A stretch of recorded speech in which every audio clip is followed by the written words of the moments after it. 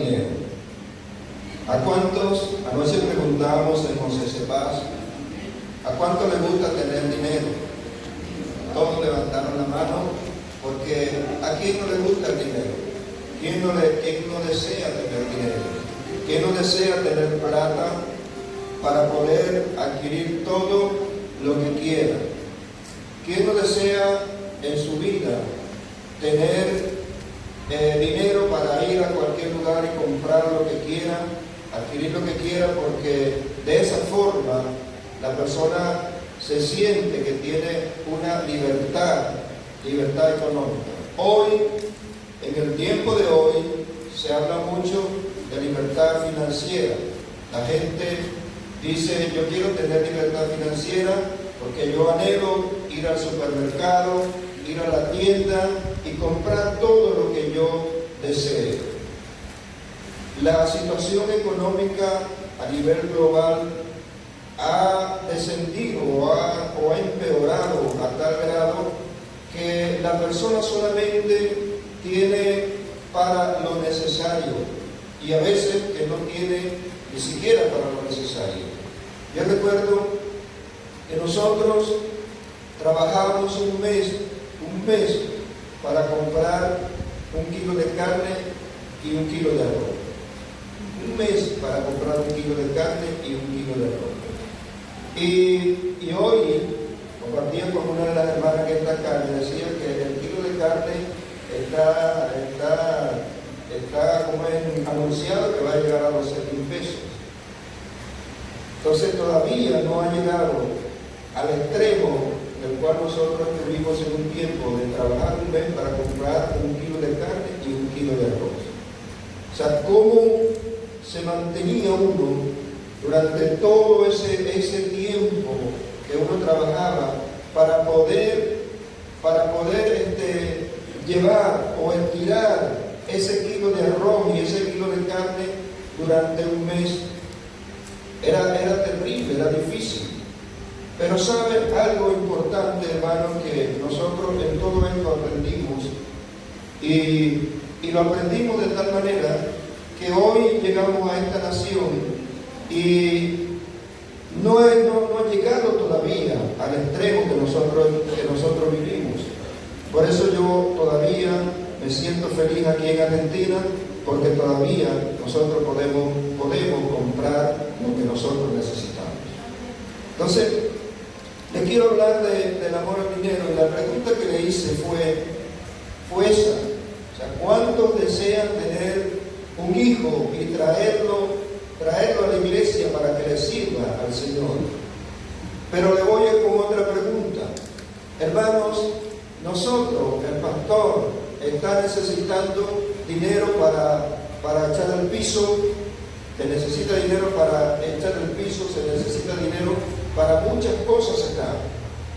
Ahora, así como usted ofrece su hijo, usted será capaz de donar una cantidad de dinero para comprar algún requerimiento de los de acá de la iglesia. Levante la mano para ver si usted es capaz de donar. ¿Cuántos son capaces de donar un tacho de revestimiento, de tarquín para el frente? Levante la mano quien es capaz de darlo. Pastor, está tomando nota, miren las manos levantadas. Allí hay para echarle no solamente al frente, sino también al costado que estamos trabajando. Le pregunto esto porque quizá usted levanta la mano, pero si usted tuviese el dinero en este momento en su bolsillo, lo tuviera allí contante y sonante, y le dijera, pase acá y done el tacho que cuesta 10,000 pesos, ¿verdad, Pastor Marcelo? 10,000 pesos. Pase acá y colóquelo. Si usted tuviera el dinero, pasaría corriendo y lo pondría. ¿Y por qué no pasa?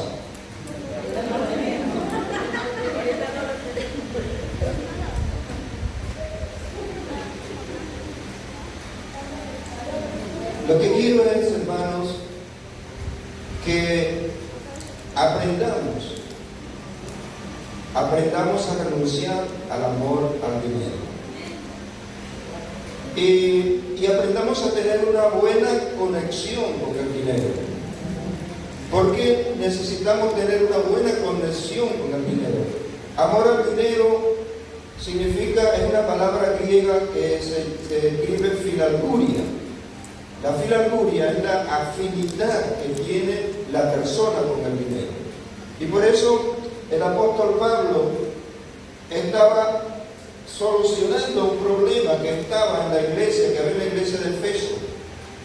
Y era donde estaba encargado Timoteo. Y había un problema, porque algunos se habían envanecido y habían caído en un gran problema y en una gran dificultad y en muchos males, porque tenían mucho amor al dinero. Y el amor al dinero, como dice la Biblia, es la causa de todos los males.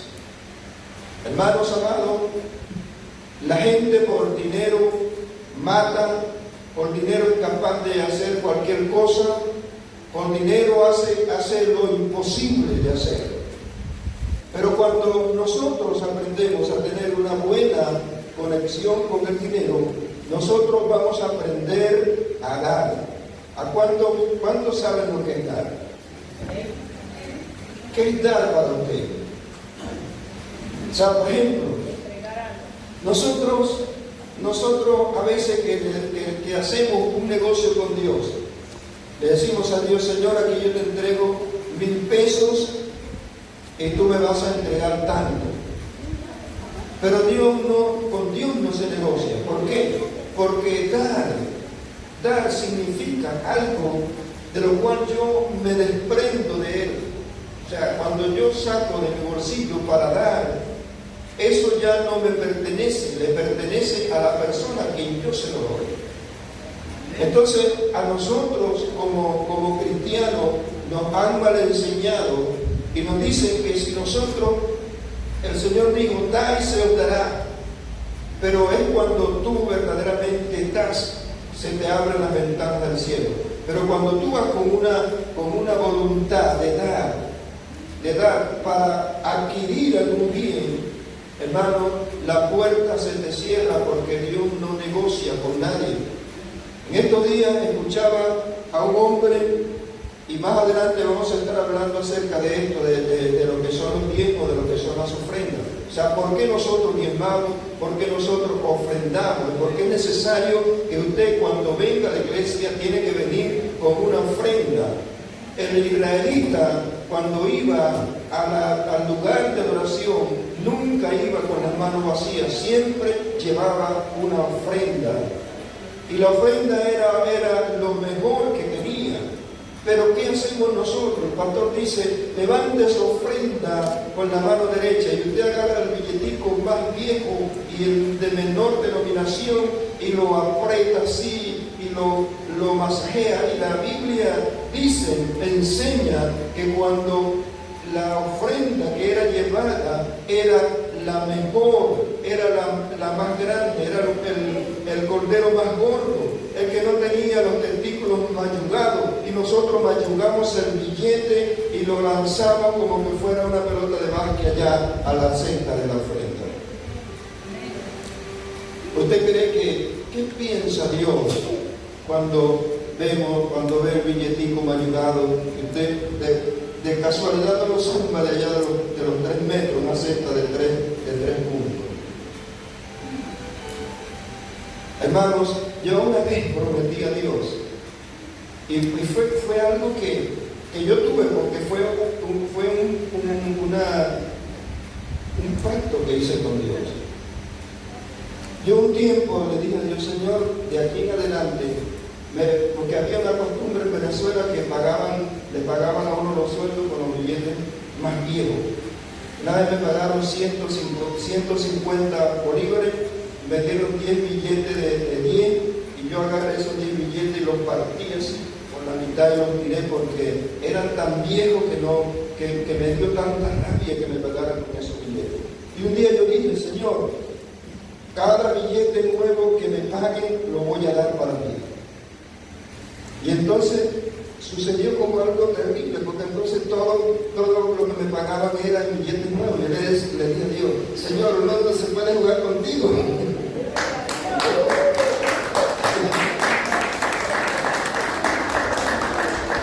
Y a veces tenía que quedarme sin dinero, porque yo había prometido que eso era para Dios. Y lo que uno promete, la Biblia dice, cuando fueres a la casa de Dios, acércate más para oír que para prometer cosas vanas. Porque es mejor que no prometas y no que prometas y no cumplas. Porque cuando prometes, hermano, escúchame bien, cuando tú prometes algo, la Biblia dice que estás delante de los ángeles de Dios haciendo una promesa. Entonces, cuando hacemos una promesa, a Dios tienes que procurar cumplirla. Entonces, cuando vienes a la casa de Dios, acércate más para escuchar, para oír, que para prometer. Señor, yo te prometo a mi hijo para ti, te lo doy para que tú lo recibas. Y el muchacho ni siquiera tiene conciencia de eso. Samuel fue ofrecido como una ofrenda por Ana en el templo. Y sabe que Samuel recibió la revelación una vez que fue grande, que ya tenía entendimiento de que él estaba allí para ser un servidor de Dios, porque había una madre que de todo corazón lo había entregado para Dios. Pero las personas de hoy entregan los hijos al fútbol, entregan los hijos, no, mi hijo no va a ir a la iglesia, no va a ir a la iglesia porque mi hijo tiene juego hoy y tiene juego mañana. Y esa distracción ha permitido que haya tanta perversión en la vida, en el tiempo de hoy. ¿Por qué? Porque cuando un niño lo llevas al fútbol, no es que sea malo, sino que tiene que tener conciencia y saber que el primer principio que se le enseña a un hijo es el principio de la palabra de Dios.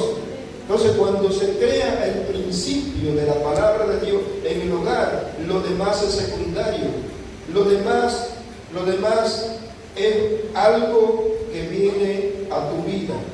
Entonces, si tú le enseñas primeramente, como los israelitas le enseñaban la palabra de Dios a sus hijos, y los israelitas eran diestros en la palabra, se sabían los 5 libros de la ley, se sabían los salmos, se sabían los profetas y todas las profecías y todos los tiempos que habían de cumplirse y todo lo que venía de generación en generación lo conocían. Ellos mientras laboraban en sus actividades cotidianas, ellos tenían entendimiento de la palabra de Dios. Entonces te centra una persona solamente en el fútbol, y el niño se crea con una conciencia de que tiene que alcanzar la fama y llegar a ser un hombre que gane 8 balones de oro, 5 balones de oro, y se estresa y se espera y lamentablemente queda frustrado, porque para llegar a eso tiene que ser una persona que sea un buen jugador y segundo que tenga una influencia para poder alcanzar todas esas cosas. Entonces, nosotros tenemos que aprender que cuando nosotros venimos a la iglesia, nunca tenemos que venir con las manos vacías. Siempre tenemos que tener algo. Una vez un hermano a la iglesia y todos pasaron a ofrendar. Y el predicador le dijo, ¿por qué tú no pasas a ofrendar? Y él dijo, porque no tengo. Le dijo, pasa para acá para ver si es verdad que no tengo. El hombre tenía unos lentes Ray-Ban que costaban un dinero, tenía un lapicero aquí con manijas de oro, tenía un cinto, una correa con una hebilla carísima. Le dijo, ¿cuánto cuesta ese lapicero? Bueno, ese lapicero cuesta, en aquel tiempo ese cuesta 15,000 bolívares. ¿Cuánto cuesta los lentes que tiene? Los lentes cuestan 5,000. ¿Y por qué tú no tienes para ofrendar?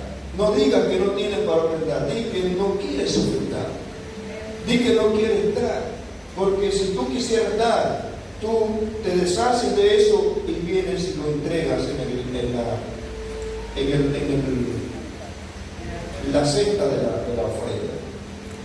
Entonces, otra cosa que hacemos con la mala conexión al dinero es que buscamos palabras, buscamos textos de la Biblia y los sacamos de su contexto que nos enseñen que no debemos ofrendar o que no debemos diezmar. Entonces hacemos como la mujer, la joven que sale embarazada y se basa en una ley que le justifique que puede o que tiene derecho de abortar. Entonces aborta con toda liberalidad, no con libertad, sino con liberalidad, porque hay una ley que ampara que puede abortar. Entonces, nosotros a veces que no ofrendamos porque o quizás existe algún versículo que lo sacamos del contexto que nos dice que no podemos ofrendar, o que no es obligatorio ofrendar, o que la ofrenda, y me perdonan los pastores, pero esto no sucede aquí sucede por allá, que la gente dice, los pastores se agarran la ofrenda para ellos. Yo no voy a llevar la ofrenda porque los pastores entonces buscan un pretexto de la Biblia donde dice que los pastores, como lo dice el libro creo que es Ezequiel habla Ezequiel, que habla de los pastores asalariados. Y entonces se basa en eso. Mira, aquí están los pastores asalariados, por eso es que yo no ofrendo, porque los pastores hacen con la ofrenda lo que quieren. Entonces se meten en la mente de los pastores asalariados para no ofrendar. Eso se llama filarguria, mala conexión con el dinero. Mala conexión con el dinero. Y cuando nosotros aprendemos y nos conectamos con la palabra de Dios y sabemos que Dios no tiene dinero, el dinero es un invento del hombre, porque el dinero está sustentado en lo que son las riquezas. O sea, ¿por qué una nación? En el Banco Central de la Nación, ¿por qué imprimen billetes? Imprimen billetes porque la nación tiene unas reservas, unas riquezas, y entonces sustentan todos esos billetes en las riquezas que tiene esa nación. Pero cuando esas reservas se acaban, el papel se convierte en un dinero inorgánico que no tiene valor, que solamente es un papel. Usted ha conseguido por allí monedas de 5 pesos, de 10 pesos, de 50 centavos, que no tienen ningún valor, que usted las agarra y las tira porque no tienen valor, pero en un tiempo ellas tuvieron sustentabilidad y valían algo porque había una riqueza que acuñaba y le daba un valor a esa moneda. Pero ya llega un tiempo que no tiene ningún valor. Entonces nosotros tenemos que aprender que cuando el Señor nos da dinero, porque el dinero no es una bendición. ¿Cuántos creen que el dinero es bendición? ¿Cuántos creen que los que tienen dinero reciben bendición? Si usted cree que el dinero es una bendición, entonces usted está equivocado, porque el dinero que usted recibe es una señal de que usted es un bendecido, y que lo que usted recibe es porque la bendición de Dios, que es la que enriquece y no añade tristeza con ella, está sobre su vida. O sea, no es el dinero que enriquece. Escúcheme bien esto, hermano. El dinero no es el que enriquece. El que enriquece es la bendición, diga, la bendición de Jehová. Esa es la que enriquece y no añade tristeza con ella. Entonces, el dinero es una manifestación de que la bendición de Dios está en mi vida. Cuando yo recibo dinero, yo estoy dando a declarar una declaración de que la bendición de Dios está sobre mi vida. Ahora, si no hay dinero, si estoy pobre, si estoy miserable, si no tengo para comer, entonces quiere decir que yo tengo una mala conexión con el dinero y tengo que acoplarme y adaptarme al propósito que Dios tiene para mi vida. Y saber que cuando yo voy a entregar mi ofrenda, la voy a llevar al altar, yo voy con un acto de adoración al Dios eterno que me provee todo lo que yo tengo, sacando todo eso sin pensar que voy a dar esta ofrenda para recibir algo a cambio. Estoy tratando de comprar el favor de Dios con un billete. No, la gracia de Dios no se compra, la gracia de Dios no se obtiene. La gracia de Dios y la bendición que tú puedes disfrutar, hermano, alguien pagó un precio. Amén. Alguien pagó un precio. El dinero no puede pagar los beneficios que tú recibes, porque entonces, escúchame bien, si tú piensas que el dinero compra las bendiciones de Dios, entonces tú estás, y esto es grande, entonces tú estás invalidando el sacrificio que Cristo hizo en la cruz por nosotros. Ya tú no tienes que dar nada para recibir sanidad, para recibir beneficio, para recibir grandes cosas en el Señor. Ya no tienes que venir aquí. Ahora, la ofrenda que tú das es una adoración como lo hacía el pueblo de Israel.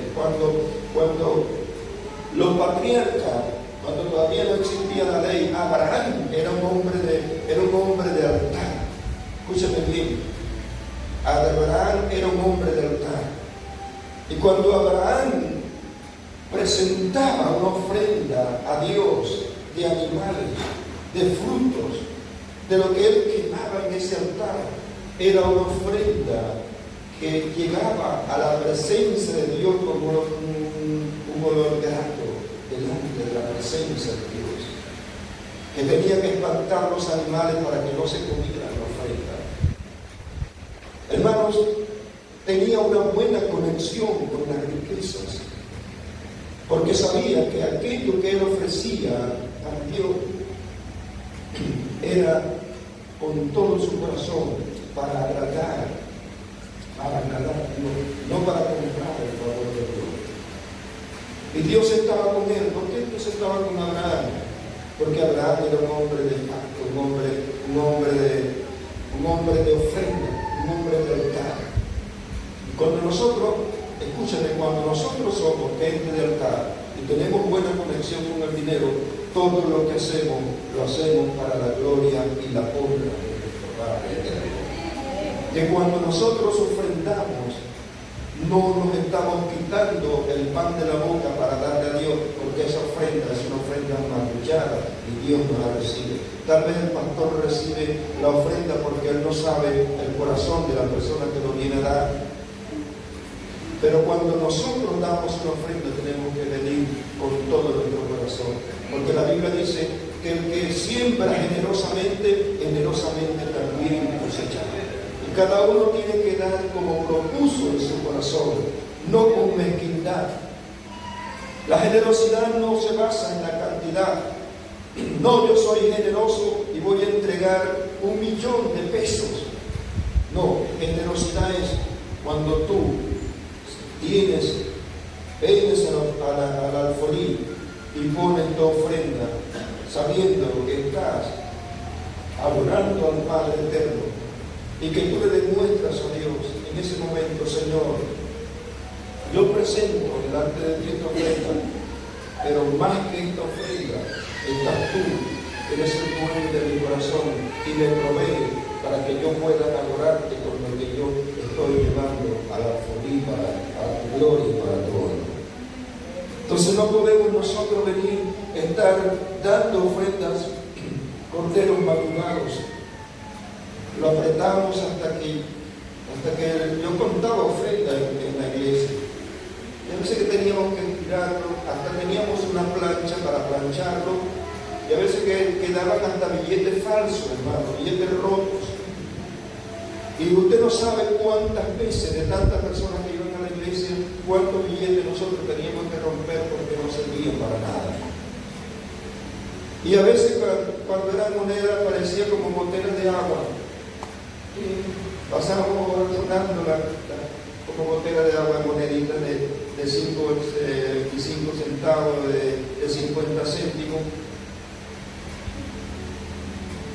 Ofrendas mayugadas. La persona decía, wow, dale la ofrenda al Señor, dásela de corazón. Y pasaban con el billete que ya no servía, que ya tenía todo las letras borradas. Ahora, ¿por qué te digo esto, hermano? Porque Dios quiere sacarnos en este tiempo, porque está llegando el tiempo, está llegando el momento cuando nosotros tenemos que aprender a depender completamente de nuestro Dios. Está llegando el momento cuando nosotros tenemos que decirle a Dios, Señor, yo dependo de ti, tú eres mi sustentador, tú eres quien me provee conforme a tus riquezas en gloria. Y cuando nosotros aprendemos que Dios es el que provee conforme a sus riquezas en gloria, la gloria de Dios, como decíamos anoche en OCCPA, nos va a seguir. Vamos a estar con la gloria, con el cielo abierto, donde quiera que nosotros estemos, porque estamos viviendo, como dice la palabra, de victoria en victoria, de triunfo en triunfo y de gloria en gloria. Dios quiere que nosotros nos salgamos de eso. Ahora, hoy muchos hombres se han metido dentro de lo que es la discusión acerca de los diezmos y las ofrendas. Gente que no tiene nada que ver con esto, porque los diezmos y las ofrendas es para gente que tiene un espíritu de sabiduría y de revelación. ¿Me escuchó? Diezmo y ofrenda es para una persona que tiene espíritu de revelación y de sabiduría, porque nadie diezma si no tiene revelación de Dios. Nadie diezma si no tiene un espíritu de sabiduría, que lo que está haciendo como un acto de adoración a Dios, de traéndole a Dios lo que le pertenece a Dios. Y de que Dios no le hace falta nuestro diezmo, nuestras ofrendas. Alguien decía, no, pero ¿cuándo viene Dios a recibir la ofrenda que tú le das? Y hay un hombre contradictorio tan tremendo en las redes sociales que se encarga de hacer este tipo de comentarios. Es un hijo del diablo, que el Señor lo reprenda. Porque Dios no necesita nada de nosotros. Y es verdad que Dios tampoco viene a buscar acá, pero ¿qué es lo que pasa?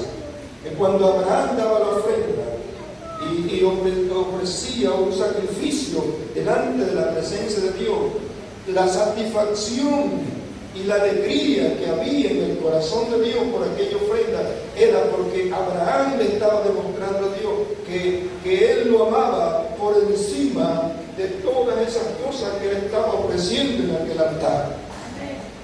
Y cuando nosotros damos para Dios, nosotros estamos demostrando a Dios que nosotros lo amamos por encima de lo que nosotros estamos dando en ese lugar.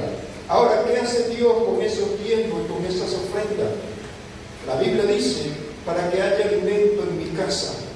Hermanos amados, el diezmo era para los levitas, para los que no tenían herencia en Israel, para los que se encargaban del trabajo en la iglesia, del sacerdocio, de los que administraban la iglesia, de los pobres, para las viudas.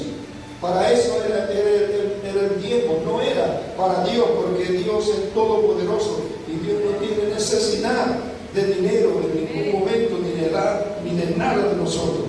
Más bien nosotros necesitamos de Dios. Pero Dios sustenta a su pueblo a través de eso.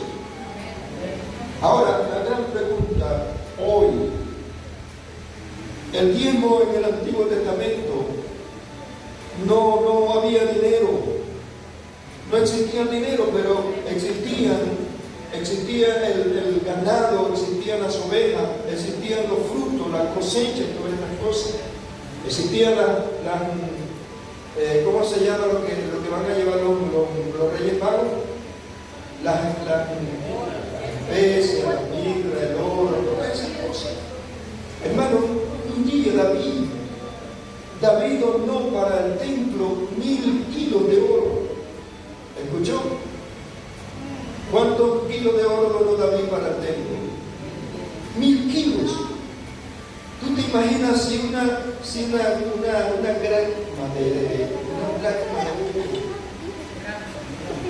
dracma de oro tan pequeñito que cuesta tanto dinero? Imagínate 1000 kilos de oro. Cuando David lleva su ofrenda para el templo, para que construyeran el templo, ¿usted cree que David iba con el corazón así? No sé, wow, 1000 kilos de oro, ¿quién da 1000 kilos de oro? No, él iba con el corazón puesto en la mano de Dios, con el rostro en tierra, porque la ofrenda que él estaba dando para el templo, para la construcción del templo, no se comparaba con la riqueza que el Dios del cielo tiene para nosotros, sus hijos. Y cuando llevó esa ofrenda tremenda a los pies del Señor, la consideraba como algo grande para un Dios grande. Pero para él era desprenderse de nada, porque no se podía comparar con el valor que tiene el Dios eterno.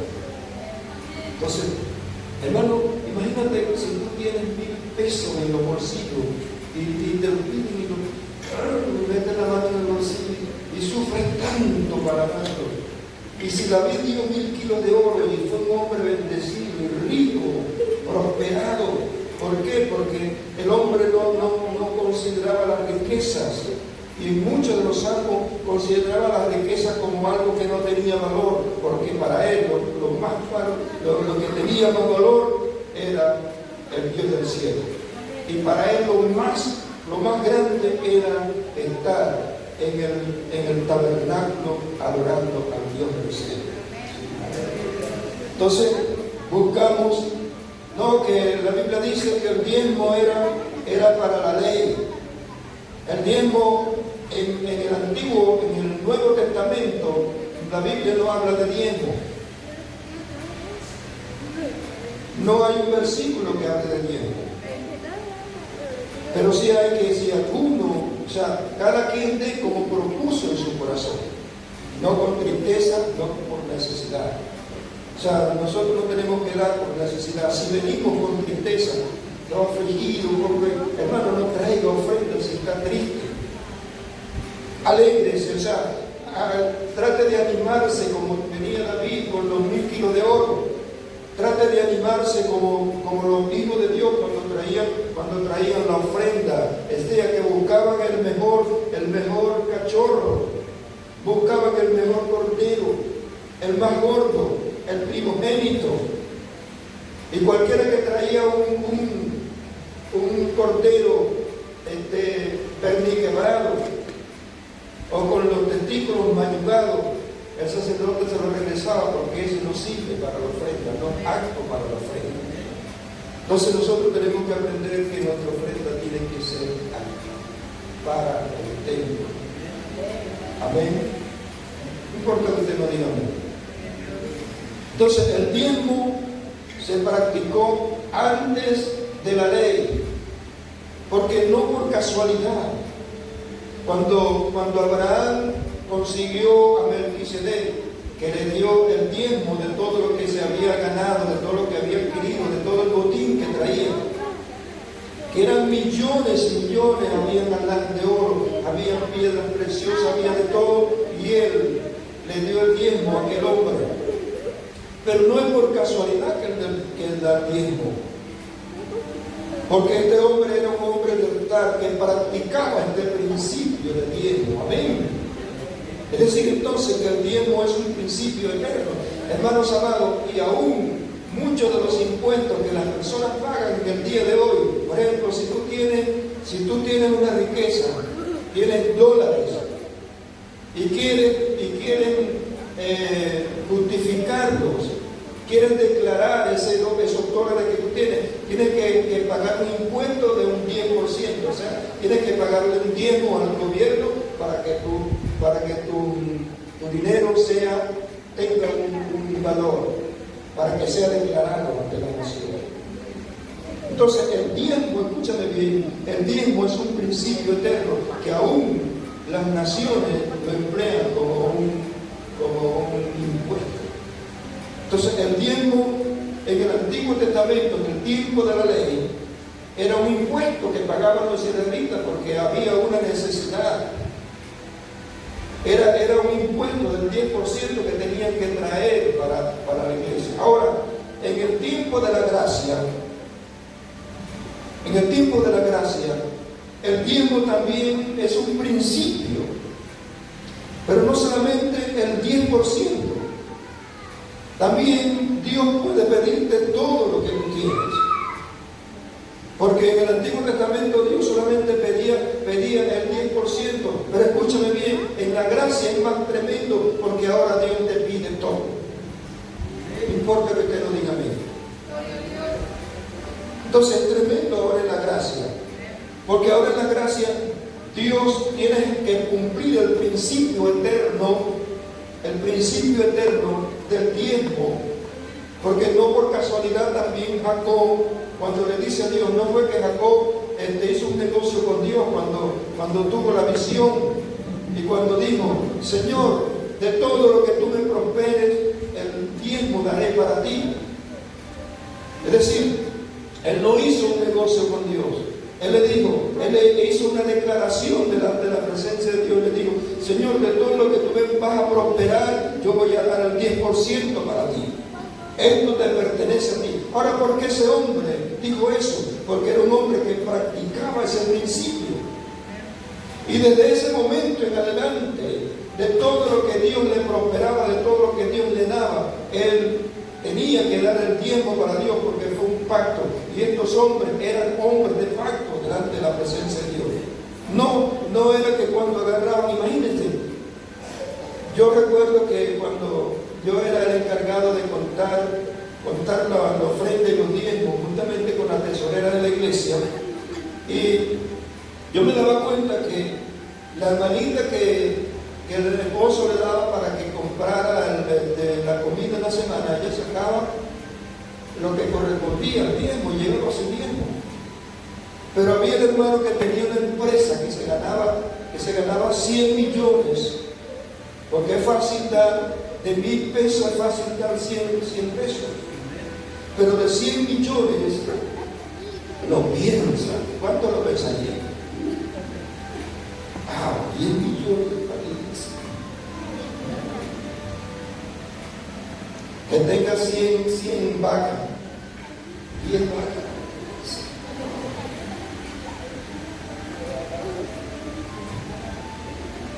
Es tremendo esto del tiempo, ¿verdad?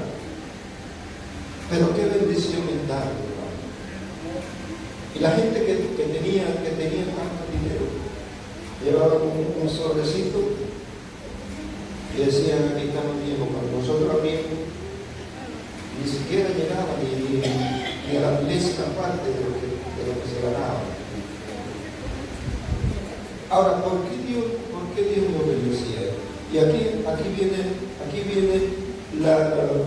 lo inentendible. Que por qué la gente que no da, por qué la gente que tiene tanto amor al dinero es prosperada. ¿Por qué? Escúchenme bien esto, hermano. El dinero es el invento del hombre, pero está sustentado en las riquezas que pertenecen a Dios. ¿Escuchó? El dinero es el sustento del hombre, es el invento del hombre, pero está sustentado en las riquezas de Dios. Y hay un espíritu, y todos ustedes lo conocen, que se llama Mamón, que es el que hace que el hombre sea esclavo de la riqueza. Es decir, que las riquezas son el Dios de ellos. Y ellos no viven una vida, sino viven para el dinero. Y adoran al dinero. Tienen tesoro, construyen castillos, construyen cajas fuertes para proteger ese dinero que tienen. Y cada día se afanan por tener más dinero. Y son capaces de matar por una miseria cualquiera, porque por amor a una miseria de dinero. Porque el dinero lo controla. El espíritu de Mamón tomó posesión de ellos y viven una vida de esclavitud con el dinero. Ahora, viene la contraparte. ¿Y cuál es la contraparte, pastor? La contraparte es esta: que el pobre también tiene amor al dinero, también tiene orgullo. Porque hay mucha gente que tiene necesidad y se va de la iglesia. No, yo no voy a la iglesia porque no tengo dinero, porque tiene una gran preocupación por el dinero. Entonces, no solamente tiene amor al dinero el que tiene mucho dinero, sino también el que no tiene dinero, porque sueña con tenerlo, busca cómo tener dinero y vive pensando en dinero aunque no lo tenga. Sueña con la riqueza. A veces que tiene sueños, que tiene finca, que tiene camionetas, que tiene lo otro. Cuando se despierta sufriendo porque no tiene nada. Pierde el sueño, pasa toda la noche despierto a veces pensando cómo voy a tener dinero. Le dice: Señor, dame dinero. Señor, si tú me das dinero, yo te voy a dar mi vida. Pero con Dios no se negocia de esa forma. A Dios se le dice: Señor, yo te voy a servir. Si tú me das, como dice el apóstol Pablo, teniendo abrigo y sustento, esté contento con eso. Cuando Juan el Bautista andaba predicando el arrepentimiento, vinieron unos soldados y le dijeron: ¿qué debemos hacer para ser bautizados? Y Juan le dijo a los soldados: bueno, ustedes confórmense con el sueldo que reciben y no se dejen sobornar por nadie. O sea, no dejen que nadie los soborne. Hermano, no dejen que el diablo te soborne con el dinero, porque Dios no negocia con nadie por dinero. Dios tiene las riquezas preparadas para sus hijos. Y todo lo que nosotros deseamos y anhelamos en esta tierra, Jesucristo, cuando fue clavado en la cruz del Calvario, lo logró para nosotros. Y allí en ese momento, dice la Biblia que Jesucristo se hizo pobre para que por medio de su pobreza nosotros fuésemos enriquecidos. ¿Qué dice la Biblia? Dice: Jesucristo se hizo pobre para que por medio de su pobreza nosotros seamos enriquecidos. Ahora, ¿es factible esto para nosotros? ¿Se cumple esa palabra en nosotros? ¿Se está cumpliendo en mi vida, en tu vida, esta palabra de que Cristo se hizo pobre para que nosotros fuésemos enriquecidos? O sea, Dios no nos da dinero porque Él sabe que si te da dinero, si te vacía las arcas del cielo para que tengas dinero, lo primero que vas a seguir es el dinero y lo vas a dejar a Él.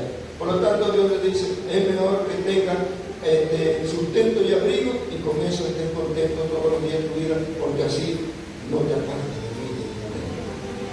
¿Cuánto creen que Dios lo haga?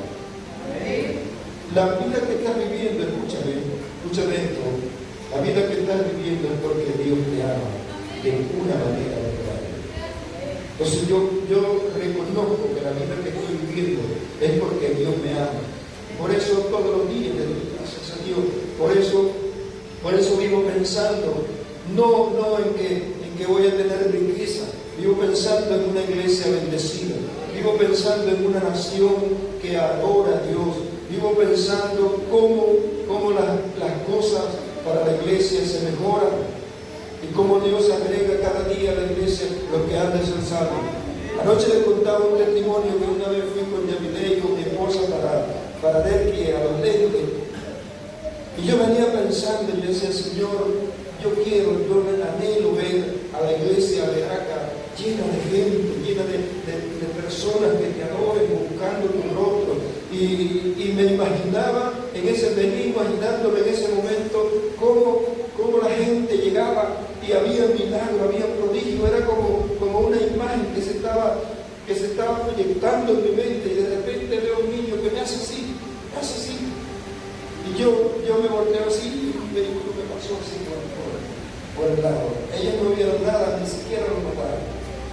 El vehículo me pasó así, que si yo sigo pensando para allá, me hubiera llevado y a lo mejor me hubiera ido para el cielo y hubiera visto esa gloria que ustedes están a punto de recibir desde allá, desde la gloria de Dios.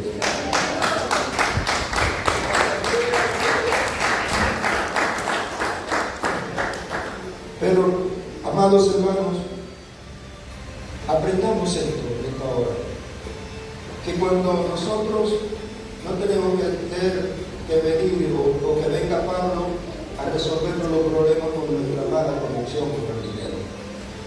Aprende que de aquí en adelante, decirle a Dios, Señor, la situación que estoy viviendo, dile Dios, la situación que estoy viviendo es porque tú me amas. Pero ayúdame a conectarme bien con el dinero.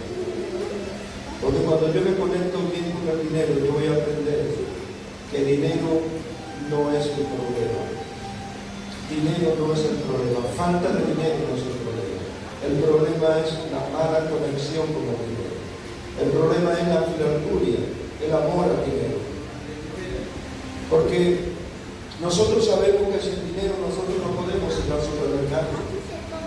Nosotros sabemos que sin dinero no podemos ir a comprar ropa para nosotros vestirnos. Nosotros sabemos que sin dinero nosotros no podemos ir a comprar un teléfono. No podemos adquirir nada sin dinero. Pero sabes una cosa, hermano, que cuando nosotros tenemos una buena conexión con el dinero, Dios va a abrir puertas. Dios va a proveer conforme a sus riquezas en gloria. Lo más importante es que te va a dar fuerza para tú adquirir dinero, adquirir riqueza, porque la Biblia dice que Dios nos dio el poder para hacer riquezas. Y ese poder está latente en cada uno de nosotros. O sea, eso no ha pasado de moda, eso está en cada uno de nosotros, pero nosotros tenemos que aprender a explotarlo. Yo todavía no he aprendido y todos los días le digo al Señor, Señor, yo quiero aprender, que tú me ayudes y me des la capacidad, la fuerza, me reveles cómo hacer riqueza. Y entonces el Señor me dice, bueno, hacer riqueza es que tú tienes que predicar a las almas, porque la Biblia dice que el que gana alma es sabio y el que gana alma es rico. No importa que te lo diga bien. Yo dije que el que gana alma es rico. ¿Cuántos quieren tener riqueza aquí? Levante la mano. Levante la mano los que quieren tener riqueza. Gane almas. Gane almas. Vamos a ganar almas, hermano. Vamos a ganar almas para el Señor. Y las almas van a traer riqueza. Y no riquezas perecederas, sino riquezas sentimentales que nos van a dar bendición. Porque qué maravilloso es cuando nosotros vemos la iglesia de gente que está adorando al Señor. Qué maravilloso era en aquel tiempo cuando íbamos a la iglesia, 3 personas, 4 personas, y hacían el culto y el pastor y dejaban de semana. Y la gente, en vez de moverse lo que hacía era con los brazos cruzados y ni siquiera aplaudían. Y el pastor y el que dirigía los cultos, déjalo que se mueva, que se mueva, que se mueva. Y la gente no se movía para nada. Pero después cuando el Señor comenzó a darnos la cosecha de alma, entonces la gente se movía solo, no era necesario que el pastor estuviera, la gente se movía por sí misma, porque había una alegría, hermano, y allí la gente comenzó a hacer ritmo. Y en estos días vi la iglesia, y en Venezuela la mayoría de la gente está flaco, y vi en la iglesia todo el mundo gordito, los apóstoles, los pastores gorditos, los discípulos del pastor gordito, y todo el mundo con buenos vestidos y gorditos. Hermano, porque aprendieron al principio de ganar alma para el Señor. Entonces, eso va a traer, esa es la riqueza que Dios quiere dar a nosotros. ¿Sabe por qué? ¿Sabe por qué? Porque el Señor dice que un alma no tiene precio, tiene un alto precio. Jesucristo pagó un alto precio. O sea, el alto precio que Jesús pagó para salvar no tiene una comparación, no tiene una medida. Y cuando un alma se salva, eso es algo invalorable, no tiene un valor, no se puede escrutar el valor que tiene un alma para el Señor. Entonces, cuando la iglesia está llena de alma, allí hay riqueza. No importa que te lo diga. Entonces, de aquí en adelante vamos a aprender a tener una buena conexión con el dinero. Vamos a diezmar de lo mejor que nosotros tengamos. Vamos a traer el diezmo y cuando lo vengamos a dar, no es que me estoy desprendiendo del 10%, no. Es algo que yo voy a llevarlo delante de la presencia de Dios con una actitud de adoración y de agradecimiento delante de su presencia. Que la ofrenda no la voy a ayudar y apretar. Levante la mano, la ofrenda en la mano derecha y la apriete, y después el pastor tiene que estar estirando su político como puede ir, porque para tratar de apilarlos uno con los otros. Le digo, hermano, no es mentira, nosotros teníamos una plancha y planchábamos los billetes para que se vieran más fuertes y poderlos agarrar con la liga para llevarlos a salvar.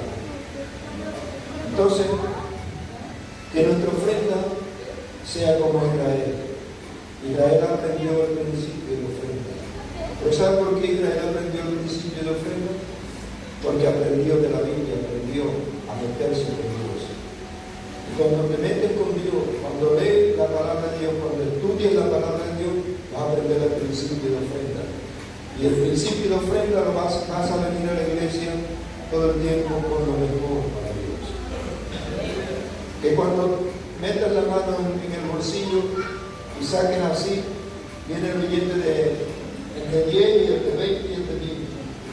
Cuando sacas el de, mira que el Señor te trae el diablo. Cuando sacas el de 10, gloria a Dios. Recuerdo un hermano que dio una ofrenda. Recuerda cuando cayó el billete de 50.000 allá en Venezuela. Era el billete más grande de 50.000. Y había uno de 5 que era parecido. Y entonces un hermano viene y por equivocación dio el billete de 50.000.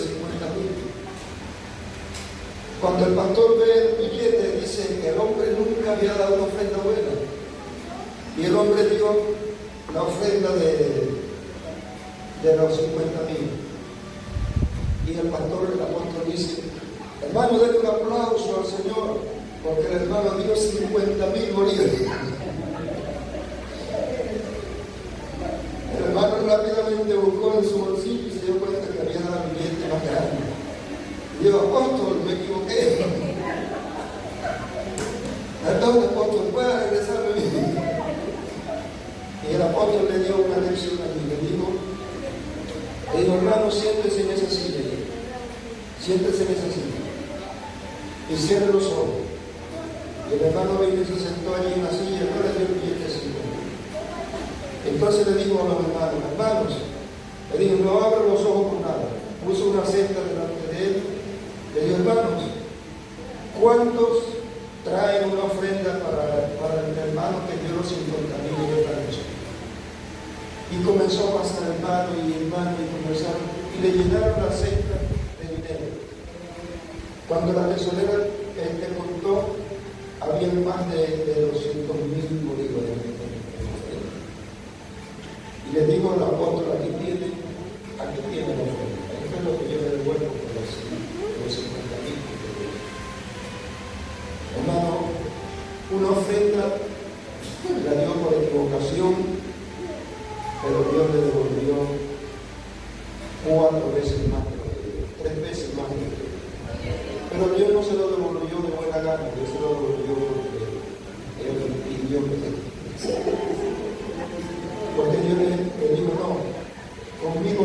negocia, con Dios no se negocia. Si estás tratando de dar para adquirir un bien, para tener algo, olvídate de eso, con Dios no se negocia. Que dice, no, yo voy a dar tanto para que Dios me dé tanto, no. Yo voy a dar porque esto es una señal de que yo amo a Dios por encima. Entonces, vamos a curarnos de la mala conexión con el Señor. Amén.